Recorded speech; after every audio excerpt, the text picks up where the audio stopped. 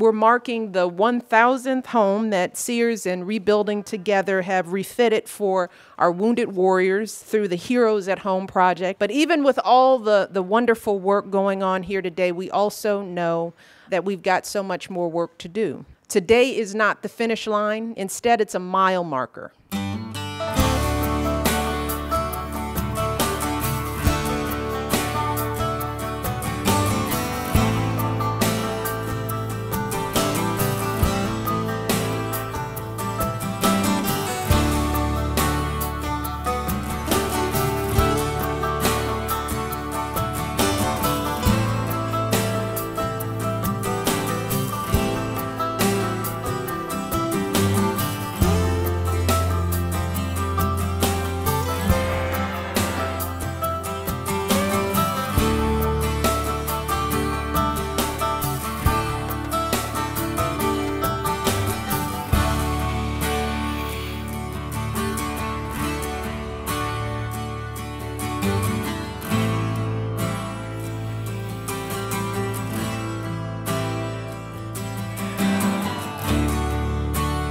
Our hope at the very least is that these families know how much we appreciate their service.